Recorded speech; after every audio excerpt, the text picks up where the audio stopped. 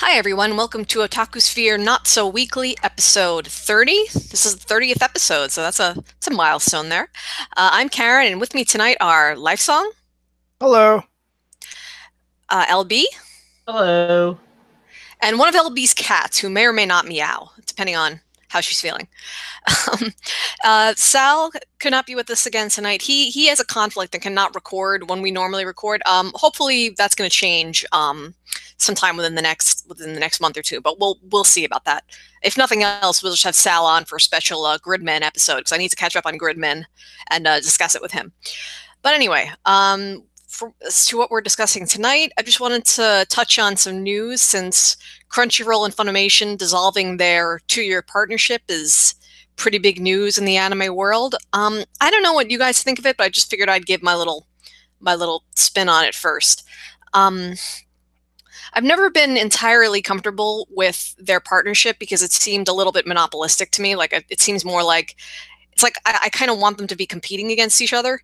But on the other hand, now that that's actually going to happen, it seems like kind of a step back because I was so annoyed when I was actually subscribed to a Funimation streaming service because I hated their player. And yet they'd always get like 1 or 2 shows every season that I actually wanted to watch. So I had to subscribe to them and I had to use their player, and it was really annoying. And it's like once Crunchyroll and Funimation kind of hooked up, I was like, oh, I don't need to subscribe to Funimation anymore. I can just watch everything on Crunchyroll. Yay! And now it's like, oh, now where it's probably gonna go back to that thing where they have the one show I really want. I'm gonna have to pick up their stupid subscription. But then I feel kind of like, well, you said you didn't want them to be a monopoly, so really you're just a hypocrite. So that's my mixed feelings on the situation. LB? I actually really liked the partnership. I thought that I totally understand where you're coming from with it being monopolistic, but I really liked it because I liked the fact that I could go to Crunchyroll for the shows that I wanted to watch subbed, and then I could go to Funimation for anything that I wanted to watch dubbed, and they were nice and separate, and it was neat.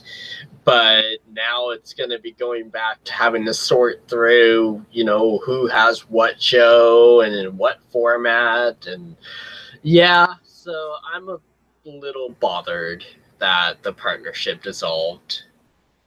Gosh darn it. Gosh darn it, Funimation. Lifesong? I don't really have too much to say about it. I wasn't really all that surprised. I guess I kind of always wondered what Funimation really gets out of the deal. Yeah, I wondered the same thing because like a month or two after they announced that partnership, I canceled my Funimation Now membership, and I'm sure I wasn't alone. I think a lot of other people did too. So they I've they got my must have. taxes, but it was more of a laziness than it's not like I've been using the service. I've been paying them, but I haven't been using it. Yeah, so it's just I figured they have to know they're going to lose. They back at the time 2 years ago, I figured well they have to know they're going to lose subscribers if they do this, if they don't have exclusive content over Crunchyroll anymore. But they must figure there's some trade-off here, but I'm just not seeing what it is. So Am I right in thinking that somebody, and I'm going to forget who it is, but somebody bought the media company that yeah, owns Funimation? yeah, it's Sony owns Funimation and AT&T owns Crunchyroll. Got it. Well, I mean, if Sony wants to put money into Funimation and Funimation ends up taking more licenses away from Netflix, I'm okay with that. Oh, so fewer shows will be held in Netflix hostage crisis situation. I don't know if it'll work out that way or not, but if I've got to find the silver lining, there you go. Yeah, now I'm thinking of Netflix hostage crises, and I just find that idea inherently amusing, so I'm kind of distracted and I forgot what I was going to say. I think I wish I could credit who came up with this, although it's not just one person, and a lot of people are saying this, but I wish I could credit where I first read it. But people are speculating that Sony wants to come out with their own service to compete with Netflix and Hulu and whatever the new Disney one is going to be, and Funimation is part of that plan. So it'll be interesting to see how that develops, if nothing else. Okay, yeah. So we here at Otakusphere will keep our eyes peeled to the story. Not really. We'll just see how many friggin' like website memberships we need to keep up to watch our anime. That's the extent to which we will follow it. So I'm sure I will find out by the beginning of the next season. Yeah, probably. Okay, so we'll keep an eye on that kind of sort of. Now let's move on to shows. Today I wanted to catch up on the Kyoto Animation show that debuted fashionably late this season, Tsurune, the bow and arrow archery anime. And let me say right up front, I didn't bother to ask you guys what you had watched and try to confirm because I realized I'm just going to friggin' forget what you'd watched. So I'm just going to figure out. I'm just every individual show. Just like let me know if you watched it. Okay. Okay, so starting with Tsurune, LB, I think you said you wanted to catch that one? I did, but I never got around to it. Okay, Life Song? I watched the first episode, and then I realized there's 2 out, and I haven't seen the second yet, but I have watched the first episode. Okay, what'd you think the first episode? I think that the school club thing is pretty much the most boring hook that anime likes to use, but yeah, I felt like they did a good job with it. I mean, I feel really like the nicest thing I can say about it. I feel like you kind of have to say it. Like, yes, it's Kyoto Animation. It has good production values. It's nice to look at. You don't feel like you wasted your time sitting down to watch a show of theirs. Pretty much ever, I think. I can't think of any time I sat down to watch something from Kyoto Animation and was like, wow, that was just a waste of my time. But the whole thing where it's like, you know, the main guy wants to join the club, but he's saying, oh, I'm not going to join the club because I have emotional baggage. And his friends are like, come on, you have to join the club with us. Let's all join the club. It's like, oh my God, how many freaking times have I seen that? It's just like, join the goddamn club already. You know you're going to join the club. Just get it over with. Yeah, it's a really, really, it's not like it's a bad hook, but it's way overdone. It feels like, not this again. And I think the worst part of it is there's no real new spin on it. Yeah, and it's like, it's kind of, I feel bad for criticizing the show for using such a tried and true hook because it's kind of like, you know, there's nothing new under the sun. What are you really expecting from something like this? But it's like, I think they could have done more to make it stand out, to make it feel more like this is the first episode of a team sports anime, you know?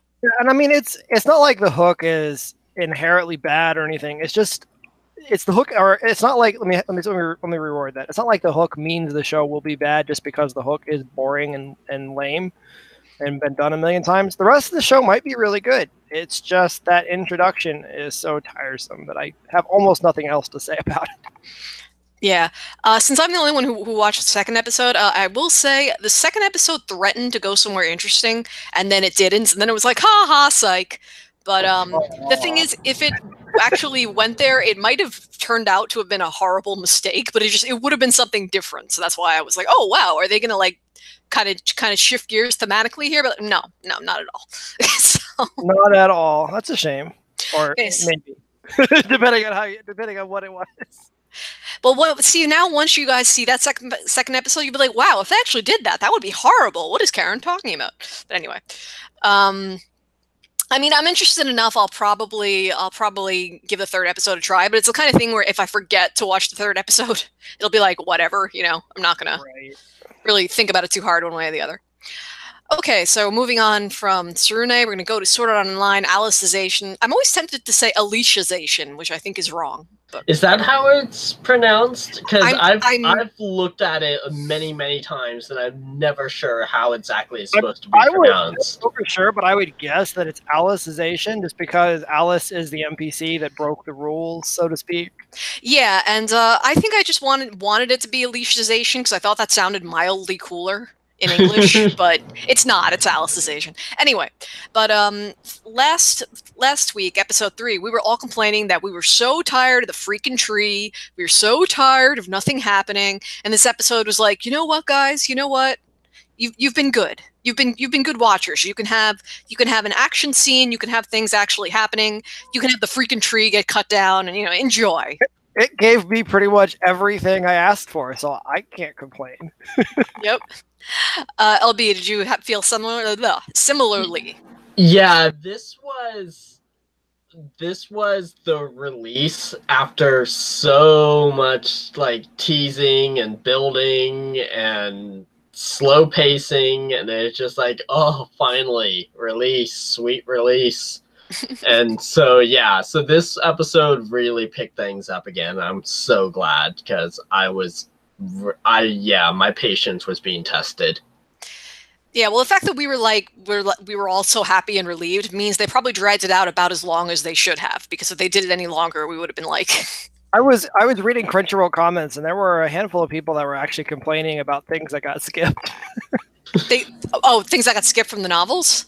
Yeah, they sounded really little. Like, at the end they show Kirito with a weapon on his back.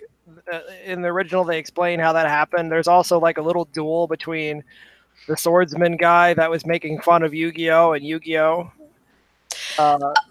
Little things like that get skipped.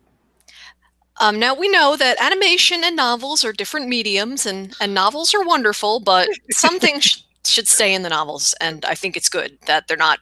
I mean, I think there's even a scene in the novels where Yu-Gi-Oh and Kirito go to that cave and they actually drag the sword back, whereas in the anime they just have that Yu-Gi-Oh is just like, oh yeah, I dragged it back. It took me 3 months. Wow, it was really boring. Yeah, I'm glad that we had enough with the tree. We didn't need the sword to join the fray Yeah. there. I only really had two complaints with this episode, and they're both probably in the territory of nitpicking. One, even though the battle scene was pretty good, I felt like Kirito seemed to take so much abuse in that battle that it seemed like he shouldn't really be in much better shape than Yu-Gi-Oh by the end there. But at the end, he's kind of running around like he's totally fine, even though he's like taken a sword to the shoulder blade and like been like thrown through rocks and whatever. But he's just like, oh, I'm fine. You can take my life force and put it into Yu-Gi-Oh. It's totally cool. I'm like, are you sure you're okay, Kirito? Yeah, I mean, I guess at the end it is still a game where I don't know if game is the right word, but it's still a digital world where stats and numbers are king. So it's not like his injury is necessarily as bad as it looks like it is. I think the same is true for Yu-Gi-Oh. I mean, that was a pretty bad cut. I don't know if he had lived that long, Yeah, so you don't have to. You could say, oh, well, he should have died instantly, but it's not the real world, though. Those rules don't have to apply. So At least not exactly. yeah, I mean, I think if Yu-Gi-Oh freaking like got decapitated at that point, yes, he would die. But there's some wiggle room there. And my other complaint is when they succeed in chopping down the tree and the whole village just like, yay, let's have a party. That seemed awfully optimistic to me because the way the village has been portrayed so far, like they strike me as a type who would be really afraid of change. So to see the tree come down like 200 or 300 years instead of schedule, you'd think they'd like throw Yu-Gi-Oh and Kirito in jail, be like, what did you do? Did you use forbidden sacred arts or something like that? And the fact that they all just kind of rolled with it, I was like, that's just not how I expected them to react. Actually, I would say that actually made a lot of sense to me, given that basically as long as you aren't breaking their taboo index, they seem to be pretty much chill and cool with anything. Yeah, I guess that's interesting because if they had done anything, quote unquote bad to cut down the tree, then an integrity knight would have come and taken them away. So right. I mean, it's like the difference between good and bad in their world is one finger in the Badlands, and then okay, you get executed. Yeah, I guess it's kind of because punishment for doing bad things has been outsourced to someone else. Like no one even has to think, oh well, should we punish them for cutting down the tree early? Because if they're meant to be punished, someone else would do it anyway. Yeah, exactly. Okay, I just find it interesting trying to kind of figure out the psychology of this little world we have going on here. LB, any further thoughts on this episode? Yeah, actually, now that you guys were talking about the tree, the one thing that kind of, I wouldn't say it irked me, it did kind of confuse me a little bit on, with this huge heavy sword that they've suddenly leveled up and they're able to use perfectly now because, one battle with goblins totally builds you up. Hey, those goblins were worth a lot of EXP. Anyways, but yeah, I just thought it was really interesting that Kirito was able to take such a huge chunk out of the tree using a sword and a sword skill, and it made me wonder, why couldn't he use those sword skills with the axe? Because it's an axe. It's not a sword. I think, what life sucks head? No. Really? I mean, I could explain that further. In Aincrad, the sword skills work with swords, and the other skills work with different weapons. So, like if Kirito had used an axe in Aincrad, he would have axe skills, but he didn't. He has sword skills. They work with swords. Yeah, Okay. I mean, I guess the technical answer is that even though the weapons may seem similar, they have different weights and different balances, and you need to know the characteristics of the precise weapon you're using. You can't just kind of half-ass it. So. Okay, that's all. I can go with that. Okay, so now we feel like SAO is out of the slog portion and into the hopefully interesting portion. So that's good. They left in their adventure. I'm happy. Yeah. Okay, that time I got reincarnated as a slime, episode 3 and 4, or maybe 2, 3, and 4. I don't actually remember the last time we recorded, but you know what? It doesn't matter. Just catching up on a few episodes here. I still like the show in general. I wasn't that keen on the last episodes. I found the whole elf girls thing just kind of annoying. But I'm still enjoying the show in general, although I think there's a rift now between LB and I because LB is just getting irritated by this show. It's not my fault. That slime is getting way too freaking full of itself. Is he full of himself, or is he just, perceptive because he is the strongest being in this entire freaking world, apparently? Well, it's just like, it wasn't until recently that he discovered that he had these amazing powers and he could eat anything he wants, no matter how big it is, despite being a slime the size of my foot or something.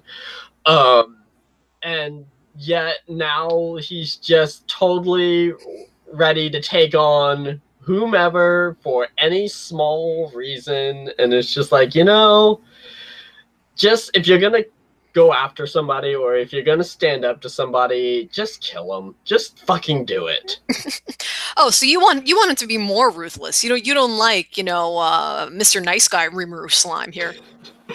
I think that's what I'm saying. Don't quote me on that, but it's just, yeah, he just seems very full of himself, and I'm not sure I'm explaining it very well, but yeah, he's just wearing thin on me. The show has been wearing thin on me for the last couple of episodes, but now it's getting to the point where I don't even really care that much about watching the new episode. I watched the new episode today, the latest episode today, and that's the longest I've gone in putting off watching a new episode of this series. And I wouldn't be surprised if the next couple of episodes come out and I just kind of skip them, or I wait on watching them until I have to.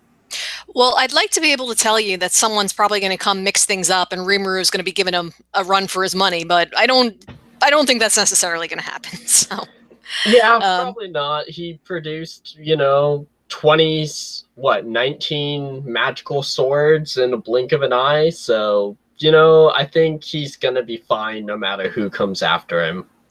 Although I'm interested to see if they take the approach that he now could introduce manufacturing to this world. Like, because that's what, now that I'm reading more light novels, it's interesting to see how they kind of deal with a lot of that kind of nuts and bolts logistics stuff that normally anime wouldn't deal with. Like the vending machine one is full of that. Like which products the vending machine decides to sell, when and why, and the new like the difference it makes that certain services are now available in the fantasy world, and so on and so forth. So that aspect of it does interest me. Lifesong, are you caught up on Slime? Yeah, I am. I'm enjoying it a good deal. I don't know. I kind of feel. I guess I feel pretty differently about it than LB, but maybe I wasn't expecting as much either. I don't know. I have a fun time just watching the slime do his thing. Yeah. I'm still curious in the background. Well, one, when are we going to see the girl who died in World War II? I mean, I assume she's probably coming out soon. Her that was something related to her. Yeah, and I want to find out. I hope we're actually going to find out like what is behind this process with him being reincarnated. Like, is it a god trying to be nice? Is it a computer simulation playing the role of a god? Or I don't know. I hope we actually find out. my biggest suspicion at this point is it has something to do with the World War II girl. Oh, yeah, well, I just kind of assumed she was going to be another person who entered into the world the same way, like died young and then got to be reborn. No, But she was summoned. She wasn't reborn. she what? She was summoned into the world as a hero. Oh, you're right. Okay, But I have to pay more attention. she might have actually been like his ancestor or something, and like maybe her wish was something about her ancestors or her descendants or something like that. Okay, well, long story short, I'm definitely interested to see where they're going with her because that was the first scene in the entire show, and it's episode 4, and we still haven't seen anything about her. So they've got to be introducing the heroine for this show. They Yeah. haven't introduced her yet. Yeah, so that should be hopefully coming soon. Speaking of heroines, moving on to Rascal does not dream of Bunny Girl Senpai, and he's not busy dreaming of Bunny Girl Senpai because he's caught up with another girl, and I'm not sure if I'm happy about that. Yeah. I initially said that this show was reminiscent of Bakemonogatari, and I meant that in a complimentary way when I first said it. But now, even though I first liked, even though I still like the show, I'm enjoying it. Now I'm wondering, wait, is it going a little bit too much in that direction? Like, do I really need him to have like separate arcs with like several different girls, whatever? Because I kind of don't want that. I really would just rather see his relationship with Mai progress. And they could deal with the source of the adolescent syndrome some other way, but it's like, oh, is this going to be a thing now where like every girl gets her own arc? Because I just didn't really feel like I needed that from the show. LB, are you caught up with Bunny Girl? I am caught up with Bunny Girl. Now that you mention it, yeah, it probably is leaning a little too heavy on the whole giving each girl their own separate arc. But I'm still really enjoying the show. I still really like the, deadpan humor that the hero breaks out, and Mai's attitude is fun to watch. So I'm still really enjoying the show despite the Monogatari leanings. Yeah, and I wonder if it's almost a dumb criticism on my part. Like, how dare they mimic the formula of an incredibly popular show? How dare they do that? It's kind of a silly criticism. Life Song? I kind of like what they're doing with it. I mean, with Monogatari, you've kind of got this sense that Araragi is all over the place as a character, and with this guy, and I'm forgetting his name now. Sakura. Sakura? Sakura. It's pretty clear that he's only interested in Mai. I mean, yeah. It's not really like it's not like really like I'm questioning at any point whether there's going to be a love triangle or anything like that. No, maybe at some point Mai will get sick of his bullshit. I don't know. Yeah, I kind of feel like for people who draw doujinshi, the other relationships will be viable. But for like everybody else just watching the show, it's pretty clear that the main couple is like the main couple. It's like Kirito and Asuna and Sword Art Online. Actually, they are the couple. I was just about to make that analogy because Sword Art Online follows that same formula too, which I would say is more the light novel formula than it is the Monogatari formula, where Right. there's every light novel has its own heroine it focuses on. But then you've got a couple of them like Sword Art Online where it's really clear there's only really a romantic relationship between two characters. That's it. Yeah. Okay, my kind of sort of quasi criticism of Buddy Girl Senpai out of the way. One of the things they did this week that I thought was brilliant is they set up the situation with the repeating day, and then it's like, oh, it's going to be one of those Groundhog Day situations. He's going to be repeating this day, 40 or 50 times. And then Mai walks away misunderstanding something, and he thinks, oh, you know what? I'm going to relive this day anyway. What does it matter? And then the day advances after only repeating like twice. I thought that was brilliant. That was brilliant.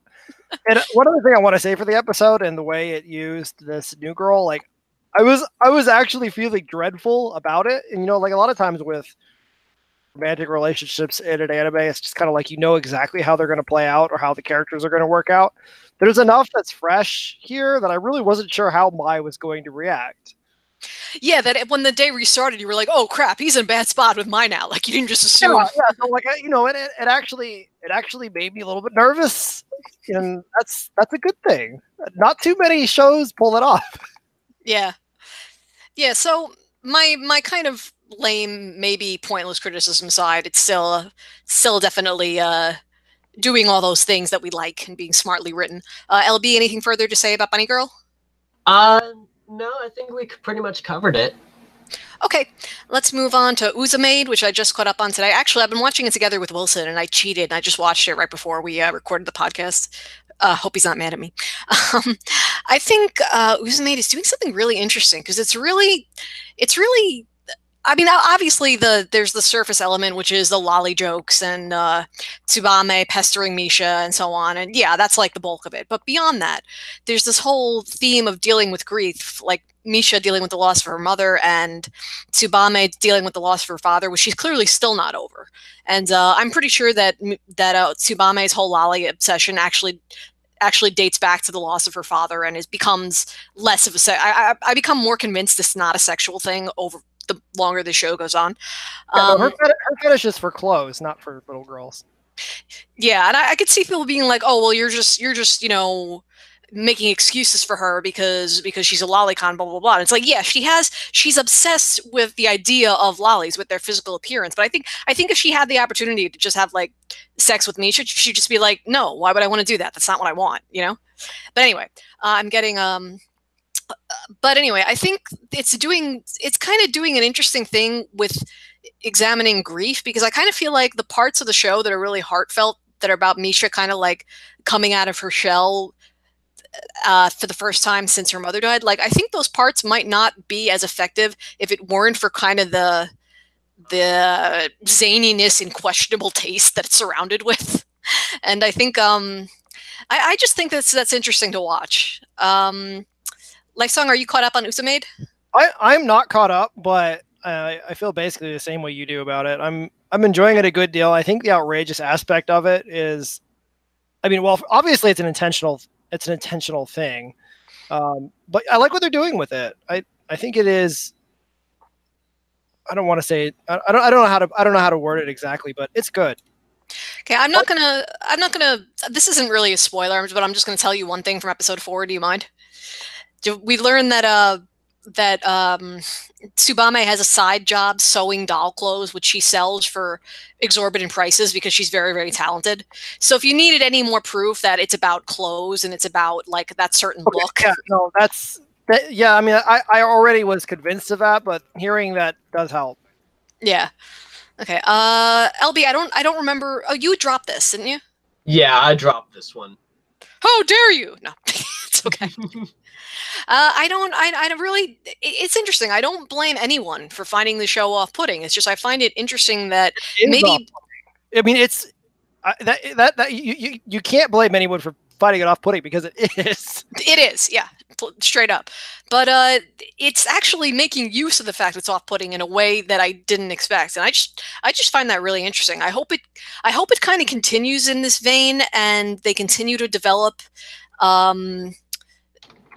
that part of the story, and don't just get too distracted with kind of more crass humor. I mean, obviously there's going to be a lot of that, but it's just I hope that they kind of continue the balance they have now, because then I think it'll. I will say that just in any storytelling in general, there's always a degree to which a story needs to be uncomfortable in order to really. Yeah. And I feel like Uzumade, maybe it goes a little too far in making that happen, but it knows where that line is at. It's really good at diving back and forth across the line. Yeah. Okay, so we're still enjoying that one. Run with the Wind. Am I the only one who's caught up with this one? No, I'm caught up. Okay. Lifesong, have you seen it at all yet? I have not. Okay, so maybe next time you'll be caught up with it. LB, what do you think of it? Because I think the last time we podcasted, I was the only one who had seen it. I think. Not sure. Doesn't matter. LB, what do you think now? That's the important thing.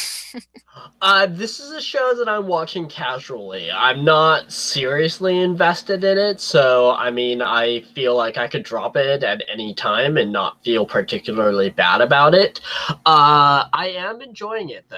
It is good. I am still a little confused about how this ragtag team of non-runners are actually going to come together and run this apparently very grueling race.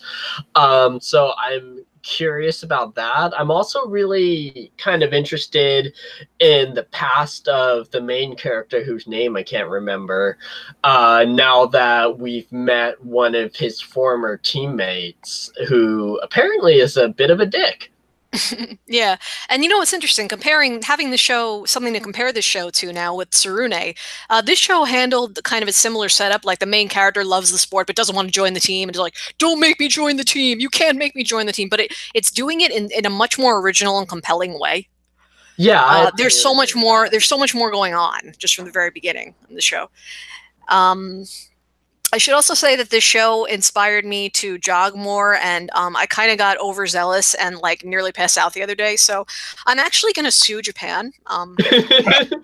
What this show needs is this show needs a disclaimer that like the athletic stunts performed by these virile young college students should not be attempted by middle-aged white women or something like that. If they add that disclaimer, I'll drop the suit. But anyway, yeah, it's And I had said early on when the show first started, I was a little bit concerned with the treatment of the black character, but they really completely diffused that tension just by acknowledging it. Because like it's happened once or twice now where someone will say something, where just at the very beginning, Musa, the black guy, was like, "Well, you know, if you're assuming I'm going to be a good runner because I'm black, that's just racist." And like once he said it, it just like sucked all the tension out of the room, you know. And like once or twice more, it's happened where people commented on that, and he's just like, "You're being racist," and it's like it's not the elephant in the room anymore because they've acknowledged it. So I thought they handled it really well. So yeah, I'm definitely way more invested in this show than Tsurune right now, which means Kyoto Animation, you need to get your act together. You're being beaten by whatever studio is making Run with the Wind. I don't even remember. Can I just have more sound euphonium instead? Wait, what? Can I just have more sound euphonium from KyoAni instead? Yeah. Drop whatever you're doing with archery or whatever. Just make like 5 more seasons of sound euphonium. That's all anyone really wants from you, you know. Yeah, exactly. Okay. So I'm really enjoying Run with the Wind, and hopefully by the end of the season I will be in better shape, but I won't like end up in the hospital. So that's my goal. Okay, so moving on to Ms. Vampire Who Lives in the Neighborhood. This is just a low-key fun show for me that I don't really have too much to say about, and I'm not sure. Life Song, you caught up on Ms. Vampire? I am caught up on it. Do I have anything to say about it? Not really. It's just kind of like it's just kind of comforting. Like every episode is mostly the same kind of jokes, but it's just different enough that like you want to watch it. So that's what I think anyway. I honestly don't even remember what happened in the last episode, and I watched it today. But we I like Sophie. They introduced the other vampire girl. Yeah, Ellie. Yeah. She was. I like the joke where she was ultimately creeped out by the human girl. Just like, whoa, this human girl is hardcore. I don't know if I like this. Yeah. LB, you're caught up? Yeah, I'm caught up on it. I'm in the same boat as you guys. I'm really liking it, but I don't have a whole lot to say about it. It's just a kind of cute, funny slice of life. Yeah. I think the magic of what makes it work is in kind of how it goes and shows you the vampire life in the modern world. And they just keep kind of going through that every episode. And the problem is that, like, well, I could tell you what happened in the latest episode, you know, if I remembered it. But I don't have anything else to say other than, yeah, it's fun to think through the implications of the vampire in the modern world the way they're doing it. And that's it. That's the whole show. So it's kind of like a really warm and fluffy version of True Blood. Yeah, sure. Like if True Blood was too dark and had too much icky sex stuff going on, like this is the show for you. Okay, so I'm going to move on to Between Sea and Sky, which I'm actually not up to date on because episode 4 I have not seen. I have seen through episode 3, and but I can't just completely drop the show because this is the show the freaking anime misogynist would write, and it's amazing to me. So, is anyone else still watching? No, I dropped it. What did you drop it at? What, episode 3? I think I dropped it after about halfway through episode 3. But when they were running around eating pancakes? Yes, that's pretty much the last thing that I remember. Okay, I feel like I should explain this briefly for the benefit of the listeners who are not watching the show, who are wisely not watching the show. But like here's what you need to understand about Between Sea and Sky. Like the girls, they need to do this important test so they'll be able to use the fishing pool. And like they really need to practice. But two of the girls are having a fight and they're like, "Oh no, we can't train if they're having a fight. What we need to do is we need to make her pancakes because she really likes pancakes." So they spend like the entire day, instead of training, just walking around town trying all different kinds of pancakes. And then going back and making her pancakes and getting pancakes all over themselves. After which, the girls make up and are able to train for like a whole, I don't know, 12 hours or something like that. So, and then rumors get around that, oh, you know, the girl fishing squad is just walking around eating pancakes in town all day. They must not want it that badly. They must not be that into fishing. And then later on, they almost lose the test that they need to pass. Except a blonde girl from America jumps in the pool at the last minute and saves them. And you think, oh, okay, well, she's the skilled one, obviously. She must have trained in America and she's going to like lead their squad to victory. But no, she has no clue what she's doing. She doesn't have any more experience than they do. She just pushes the right button and by blind luck passes the test. So you got to show. The point of this anime, more and more, I think, is that women should not be allowed to fish in space. I I'm telling you, this show is written by the anime misogynists. Like the dudes are walking around saying, women don't belong in space fishing. They shouldn't worry their pretty heads about it. And at first you're like, oh, they're the villains. But as the show goes on, you're like, no, they're right. These girls do not belong in space fishing. They have no training. They have no discipline. They obviously cannot set priorities. I don't think the point of the show was to say women cannot do serious things. I don't think like that's actually like. No, I'm pretty sure it's just terrible writing, but that is how it comes across. It's just hilarious to me. So I may have to keep up watching the whole thing just to see. I think we'd all dropped it. If you're going to keep watching it, I'll suffer through it with you. Okay. So for next time we'll be caught up. Okay. I wanted to mention Conception, which I believe I have actually dropped after episode 3. The first episode was bad. We all knew it was bad, but it had the so bad it's good thing going for it, at least. It has since gotten so bad that I cannot even believe how bad it is. Like it is definitely one of the worst shows I've ever seen. And not even for the reasons you would expect either. Like you would think it would be because of the sex stuff between the protagonists and the different maidens would be really uncomfortable, but actually it's really not that's that bad. It's the fact that they spend so much screen time on that stupid mascot character and her dumb I don't even know if it's a girl or a boy, honestly. Her dumb sex jokes that aren't funny. And then even when something that might be remotely interesting happens on the show, they don't have the budget to animate it, so they skip it. It's like in the latest episode, the main dude finally has enough star children that he can go into the dungeon and actually accomplish something. So basically a narrator tells us in voiceover, oh, they went into the dungeon and they found the floor boss and they defeated him. And they just show like one scene from the fight where one of the star children is like, well, I'm scared of the enemy. And the main dude is like, don't worry, I'll protect you. But that's all we see of the fight. We don't actually see the fight. Yeah, on the one hand, I think it's amusing that they did it that way, just because, when you're adapting a story like RPG story, the story part is all of what happens pretty much outside the dungeon usually in a lot of these types of games. So I can understand why they'd want to skip the dungeon just so they're not grinding through it. Yeah, but see if the show is do it in anime form, it's really jarring. It doesn't work. Yeah, well, if the show was actually doing a good job on the story outside of the dungeon, I could see that working. But the mascot is miserable, insufferable little whatever you want to call him. Her, I don't know. I don't even know what gender it is. I don't know what to call the mascot. I've seen people online refer to it as a her, but I honestly don't remember if they clarified it on screen. It doesn't matter. It's not like any answer would make it better. It's not like, oh, it's a girl, so jokes are better now. Some people will probably feel that way, but not me. Yeah.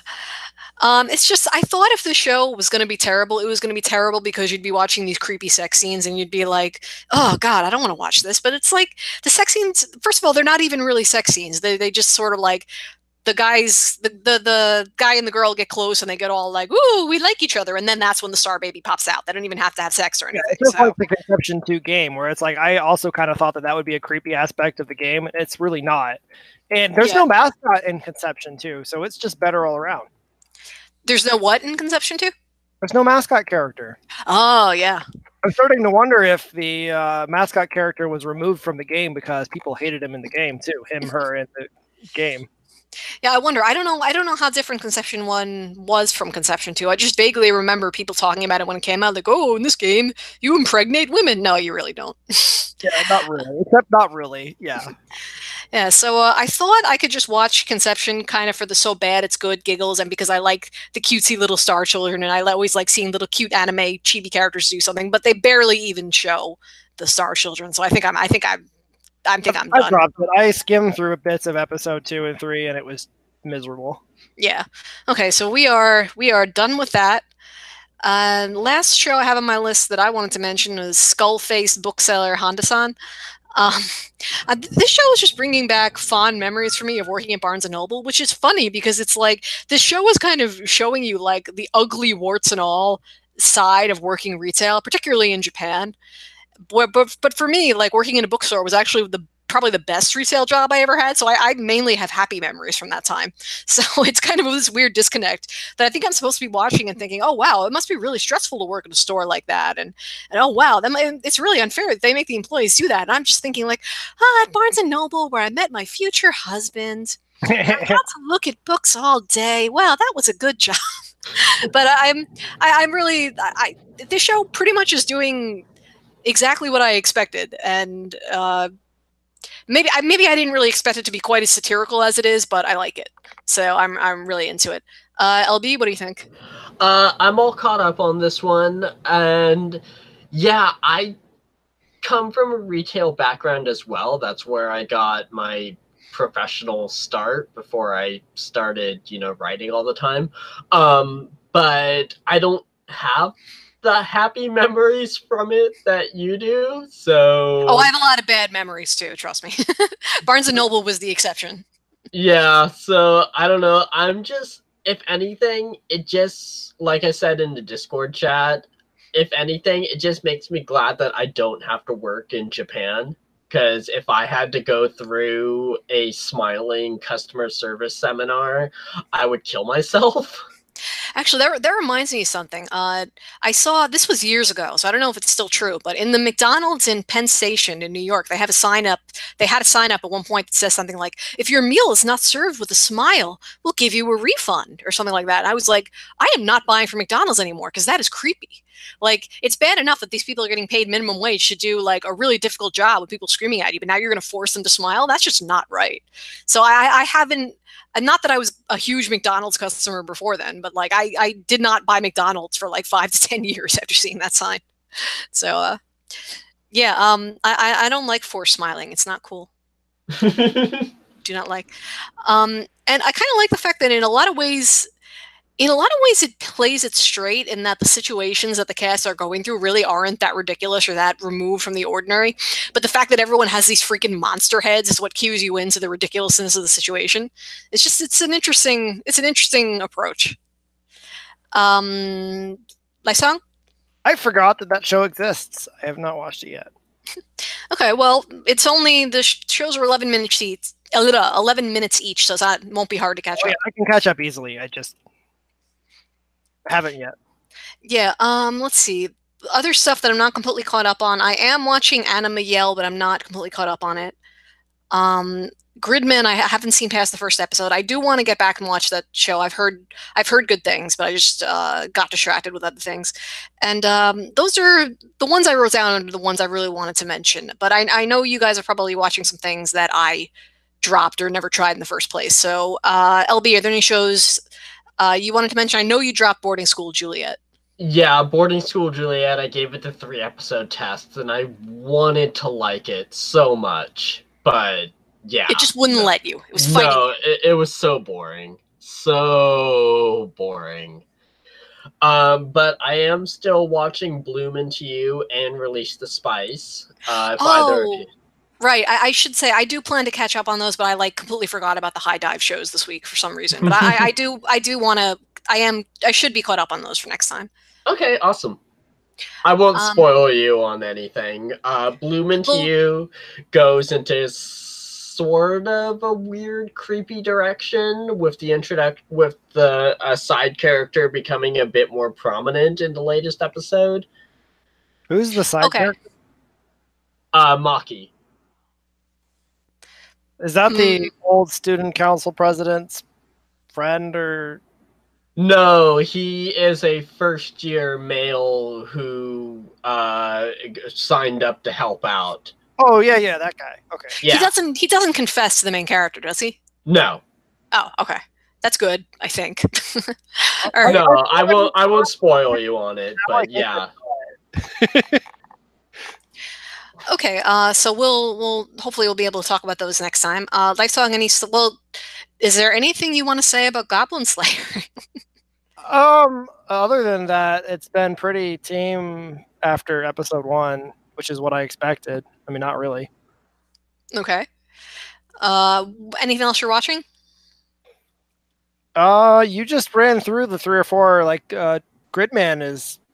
I'm enjoying Gridman. I've got a couple of shows I still want to start that I haven't even had time for, but I think we've actually covered most of it. Okay, that's good. Other than what we said.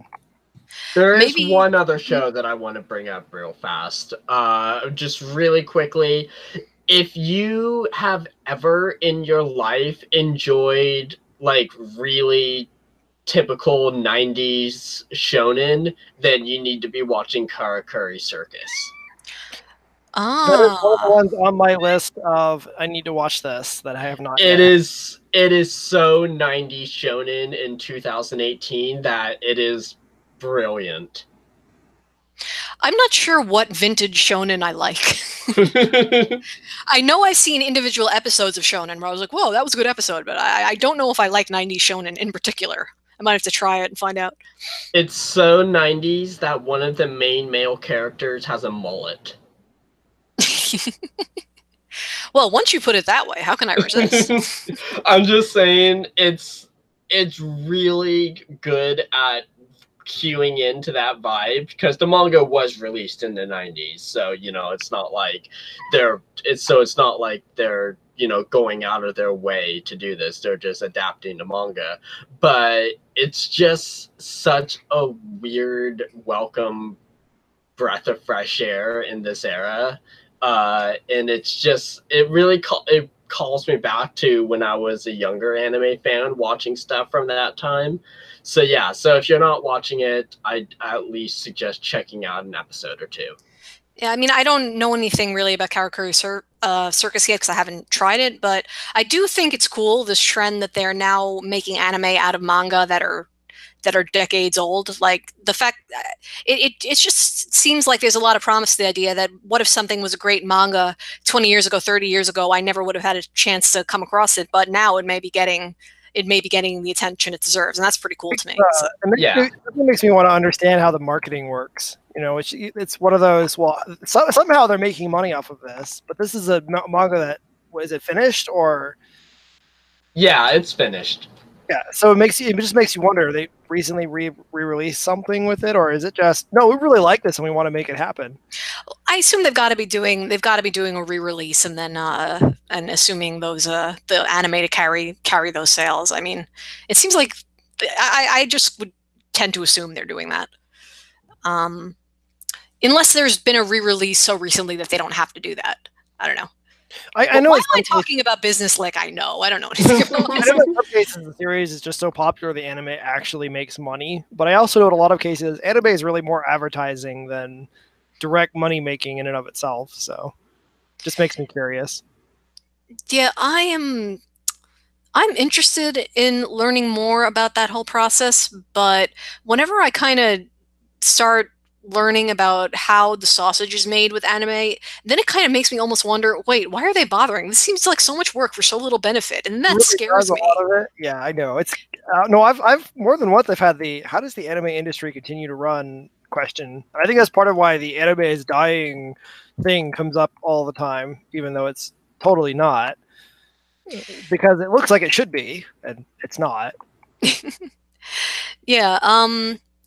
I wish one thing that hasn't changed. I mean, we have a tremendous amount of stuff available now versus, back when I first got into anime in like the mid 90s. I mean, obviously it's like night and day, the availability of legal streaming and stuff like that. But one thing that really hasn't changed is we don't have access to much behind the scenes stuff. Like if you want to read a book about like the behind the scenes stuff of Funimation, not Funimation, of like Kyoto Animation or different animation studios or stuff like that. Like if that stuff, I assume it exists in Japanese, but none of that stuff is translated. I think part of the problem is a lot of it actually doesn't exist in Japan because it's a cultural thing that you don't share those secrets. Maybe I don't know exactly why. It's just not really a thing. Yeah, because I'd love to read about that sort of stuff. Like if Trigger put out a book on Darling and the Franxx well, I guess art books kind of do this. Just reading their interviews on it is fascinating. I'd buy a book in a heartbeat and the behind the scenes of Darling and the Franxx. Yeah, I mean, I just kind of realized that sometimes art books kind of fill that gap because the commentary and the character sketches will often include things like, well, in our early meetings for this project, we were talking about so-and-so being a blah, blah, blah character, but then we changed our mind. Yeah, I think that's always... Now that I'm thinking about it, is that rather than books, they do a lot of like radio interview type things that just... I mean, there's no real easy way to... Even if you translate the script, I mean, nobody's going to want to read the script of a radio program. Yeah, actually, part of that is on me because I haven't made the effort to seek that kind of stuff out as much as I should. I want someone to hand me a beautiful book of like full of interviews and stuff, you know? I know it exists, and I've seen some of it before, but it's not like I actually understand what I'm listening to. Yeah. All right, so I guess if we're done discussing anime of the week, I guess we should probably wrap up. We don't have to podcast for 3 hours all the time necessarily. Or do we? There's like one listener who was like, no, I'm trying to get through my morning commute. Keep talking. I'm sorry for you, that guy. One listener, if you want to let us know that, you might actually get more out of us. Yeah, you never know what a little compliments might get you. Okay. All right, but we're going to sign off for tonight. Thanks for listening. As always, hope everybody's enjoying the anime season like we are. Well, maybe you don't have to be enjoying it like we are. I mean, you can be enjoying it in your own idiosyncratic way, and that's great. That's fantastic. I think I'm getting tired. Okay, good night, everybody. Night.